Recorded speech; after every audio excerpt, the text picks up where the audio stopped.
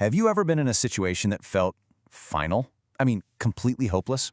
Well, today we're diving into an incredible story from the Gospel of John, a story that shows us a power that can stare death right in the face and turn an impossible situation into something truly amazing. And just a quick shout out, all the content for this study comes from the fantastic materials put together by the You Need Faith in Jesus team. I want you to really think about that for a second. Maybe it's a relationship you thought was over for good, a dream that completely fell apart, or maybe a hope that just died. I want you to hold on to that feeling because the story we're about to explore speaks right into that place of despair, and it offers a message that can absolutely change everything. All right, so let's set the scene. We're starting in a little town called Bethany. An urgent message is on its way to Jesus, and this message is going to kick off a chain of events that, honestly, defies all logic. You know, what's so powerful about this is what Lazarus' sisters, Mary and Martha, don't say.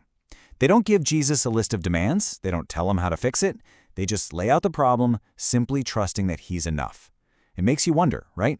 How often do we try to hand God the solution instead of just trusting him with the problem? So, Jesus gets the news, and his reaction is, well, it's not what you'd expect. He immediately sees a bigger picture. He says, this sickness isn't about death, it's for the glory of God. It's such a wild thought, isn't it? That sometimes the very worst things we face are actually being set up as a stage for God to show up in a way we never could have imagined.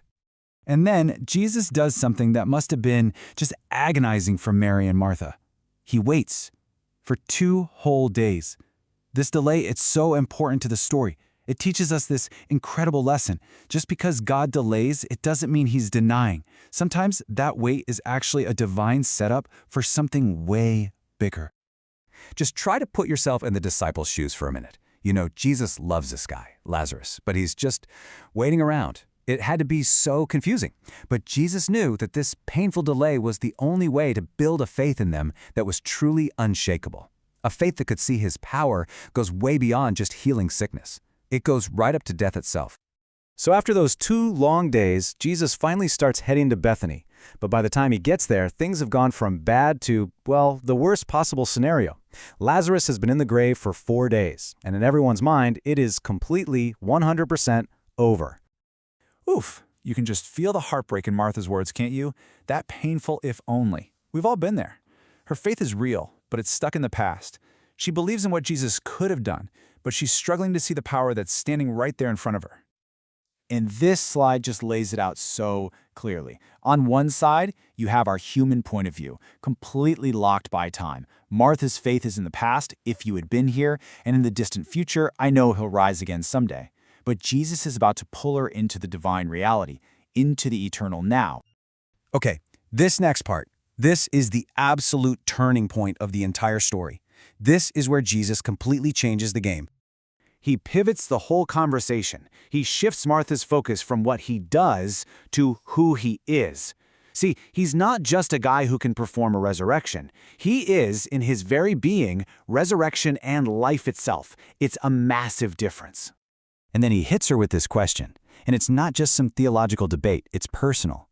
Believest thou this? He's asking Martha, and you, and me, to stop believing in a far-off, theoretical power and to put our trust in him, right here, right now, in the middle of our mess. And now we get to the tomb, the place of grief, of finality, of despair. And what happens next is just this incredible mix of raw human emotion and overwhelming divine power. It's the shortest verse in the whole Bible, but wow, is it packed with meaning. He wasn't crying because he was hopeless. He knew exactly what was about to happen. He was weeping because he felt his friend's pain so deeply, and because he was angry at death itself, this enemy that had invaded his father's perfect creation. You almost have to smile at this. It's so real. When Jesus says to roll the stone away, Martha's practical side kicks in. Lord, bad idea. He's been dead 4 days. It's the voice of human reason, of our senses, clashing with a divine command that makes no sense at all. And this is the key. This is everything. Jesus gently reminds her that belief has to come first. You don't get to see the miracle and then decide to believe. You have to believe so that you can see the glory of God. It's a choice we all have to make when we're standing in front of our own impossible situations. And then he shouts, This isn't a prayer. It's not a request. It's the voice of the Creator, speaking a direct command to creation. He speaks to a dead man as if he were alive, and death has no choice but to obey. I absolutely love this final detail. Jesus does the impossible part. He brings Lazarus back from the dead. But then he turns to the community and says, okay, now you guys help him.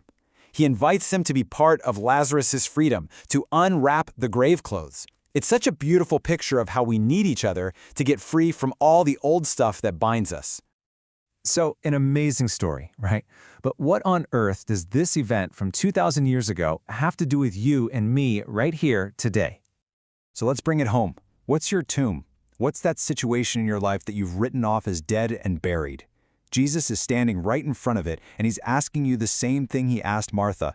Do you believe I am the resurrection for this?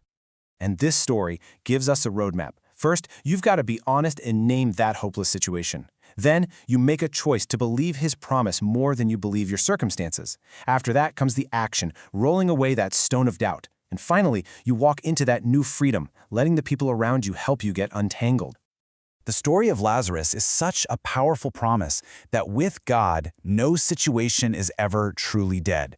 So as you go through the flashcards and take the quiz to finish up, I really want to encourage you to think about those tombs in your own life and find the courage to believe that the very same power that called Lazarus out of the grave is available for you too.